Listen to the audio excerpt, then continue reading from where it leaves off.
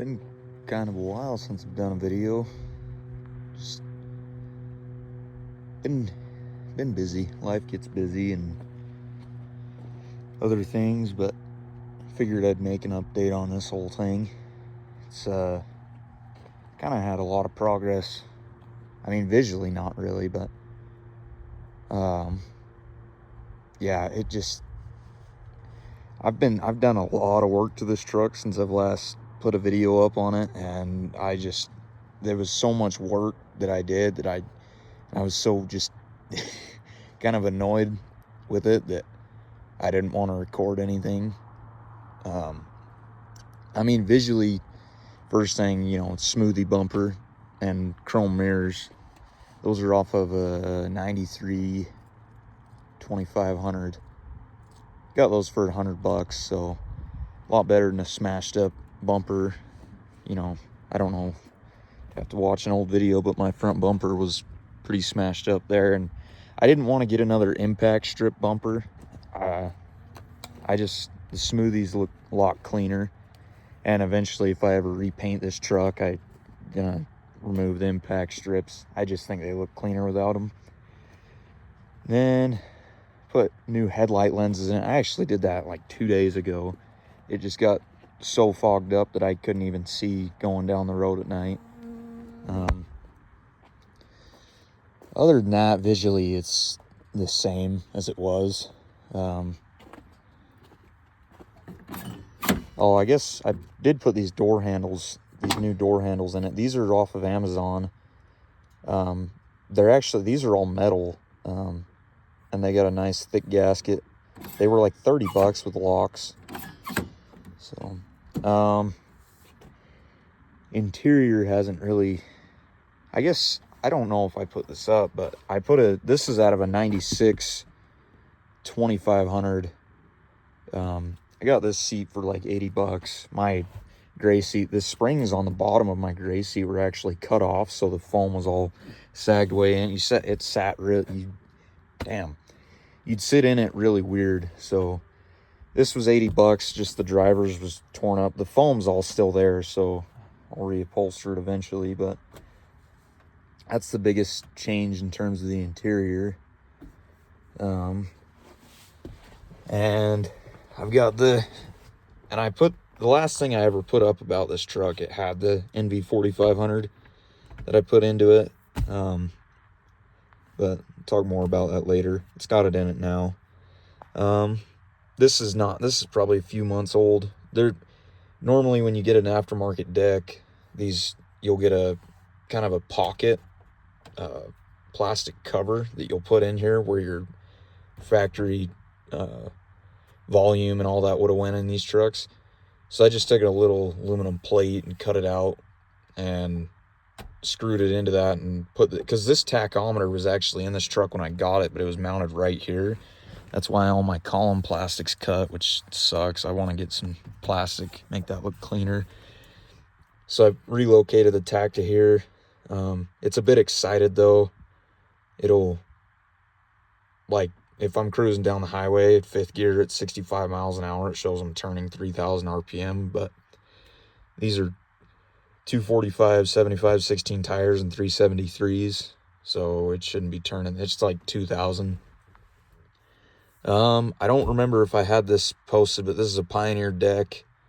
I've been fighting this transmission and my AC and this deck, I have fought everything when it comes to those three. But they're all working now, so that's good. This deck, I actually had a Jensen in here for a little bit, but it took a shit. So I've got this Pioneer deck in here now, and I've got a little microphone ran into the back that came with it. It just clips on, so I can just take it off. I hate bolting things up. Like, this is fine because that's an aftermarket pocket, but I hate, like, screwing things into factory plastic. Like, this dash, there was a sub in here, and there was a little tuner here. So there's two little holes, right? Yeah, I can feel them. Two little holes that held that little tuner. Other than that, this thing hasn't been, like, there's normally, like, you'll see screws that have been ran through the door panels holding the armrests on and stuff. This truck didn't ever really get butchered like that. So I'm trying to keep it that way because I hate all that. Headliner's sagging over here. You can kind of see it. Yeah, there you go. But that was done a year ago. I kind of want to redo this with something more traditional anyway. It was cool at the time. It still kind of is, but the black kind of, I don't really like it. So that's as far as interior. Engine bay, I guess.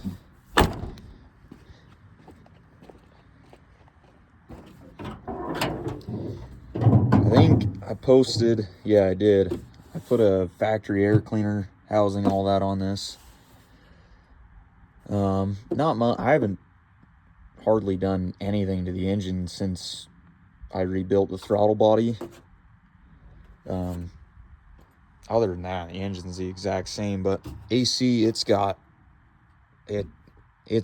all, everything other than my evaporator is new.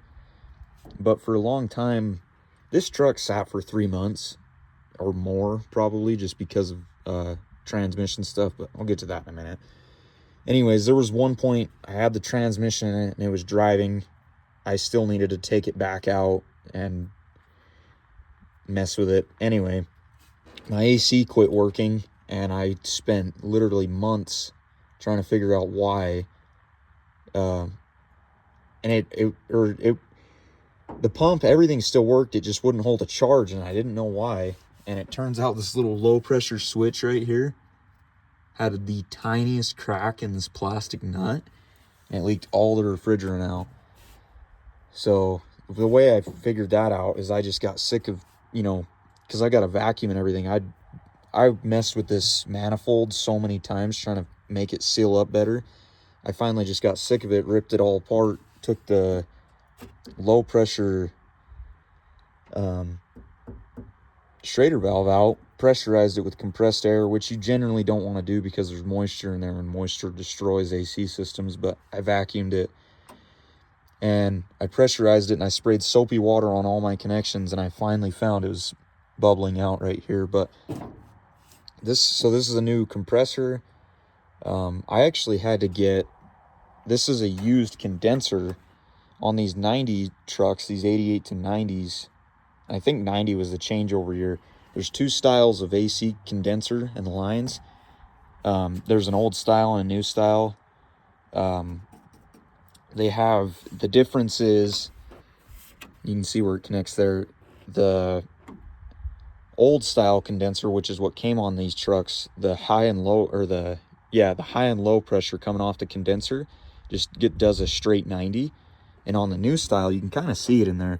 It does a 45 on the bottom, and they have different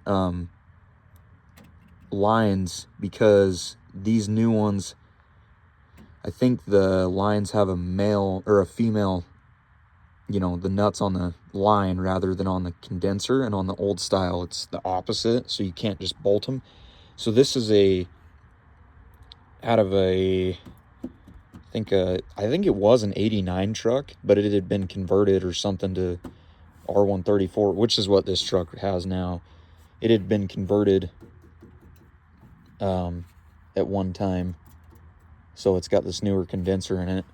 And the worst part of it is right through there. Other than that, it's completely clear, so I just been running it. But I had the old lines off of that truck on it, and then I finally fixed that stupid low pressure switch with the crack in it, was charging it up, and then the lines burst. So I had to go buy new lines, which these are for a 94. They're new though. They're like not a 90, maybe. No, they are for a 90, 93 or 94 newer, because they're R134A. So they don't have, oh, they actually do. No, sorry. These lines are for a 92. And 92 was the last year of R12, I think. So you just put these adapters onto the R12 fittings, and then you can run R134 in there. Anyways, so I spent months fighting that. That was a pain in the ass. in terms of other things, the engine, just regular tune-up, plugs, or plug wires, plugs. I think I showed all that forever ago. I did put this is an 11-blade fan off of I think it's a 2004 S10 with AC and a 4.3 V6. And the benefit to this fan over the 5-blade, which I still have, the 5-blade stock GM fan that came on these trucks, is this fan will pull a lot more air. So you have a cooler running radiator and condenser, so your AC is colder, which it actually does make a good noticeable difference at idle. This truck, you know, sitting there at idle, it'll get pretty cold in the summertime. So, and you know, summertimes up here, it'll get 100 easy. So 100-degree weather, it does fine. Cruising down the highway, it'll be better. But and then I guess I did put new dash vents in this truck because mine were all busted up, and these are actually really, for what they are, they're expensive. It's like $60 to get all 4 new vents.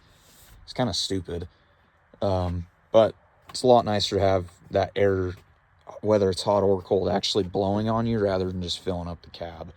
So then transmissions. So this has been the biggest pain in the ass for me. So it's the NV4500, you know, sweet low gear transmission, which I love it. You know, a lot of guys, they prefer the NV3500 for street driving. I've driven 2 trucks, this one and one of my buddies. It had that red interior that I was fixing the glove box on forever ago. That one had an NV3500 as well. I don't really like that transmission for driving, or I don't really like it in general. Driving around on the street in like second gear, they don't really like to lug the shaft will kind of, I don't know, I don't know how to describe it. You get to a point where you're going so slow in second gear, not enough to put it in first, but almost too slow for second, and the trucks kind of like jerk back and forth, and they're kind of rough. And you know, a lot of that's just, you know, user error. But I found with this NV4500, you don't really have that. It kind of lugs around town better. The way I drive it around town, and this is an 1995 NV4500, so it's got a bit better gear ratios for driving around town. I'll actually just drive it like a 4-speed. I'll start off in second gear because it's like a 3-to-1. Second, first is 5.6-to-1. Anyways, so I'll drive it around like a 4-speed and then jump on the highway. I don't even put it in fifth till around 55 miles an hour. This transmission's got the 5th gear nut fixed. It's got the 5th gear nut and then 2 brass plugs with set screws to keep them from rattling out, to keep that 5th gear nut from backing off. But and it's behind a 350, so it probably never will rattle off. On a diesel, you know, it's a lot more rattly of an engine, so kind of makes some weird vibrations, especially behind a Cummins. Anyways, this truck, yeah. So I got this transmission for $200. I put it in here, and the last video you guys ever probably saw of it was just crunchy, sounded like dog shit, sounded like a gear was about to shoot through the side of the case. So it sat for another month or 2, dropped it out, shimmed the transmission, put it back in. My dad and a buddy of his, coworker, shimmed it, put it back in, did the same thing. So then I dropped it back out and then had it rebuilt. It's got all new synchros, which the guy said that I bought it from, and it was $200, so whatever, but he said it had all new synchros, was rebuilt, all this. The synchros were smoked. There was actually a brass synchro in there, which normally the synchros in these transmissions have It's brass, but it's got like Kevlar on the inside, and that just, I think, makes it a smoother shift. You can put brass synchros in here and run straight gear oil.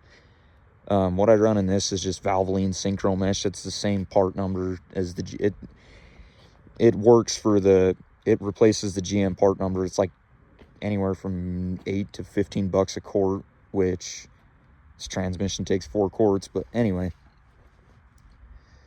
so rebuilt it, new main shaft, new synchros, bearings, put it in, and loved it. Ran it for a long time. Had anaerobic silicone used to seal up all the mating surfaces, and within about 2 months of driving it, it was just dumping fluid everywhere. Like, it was bad. So I had to drop the entire transmission again because the top cover was leaking. The transfer case adapter, that red thing on the back of the transmission where it bolts up, that was leaking. It was bad.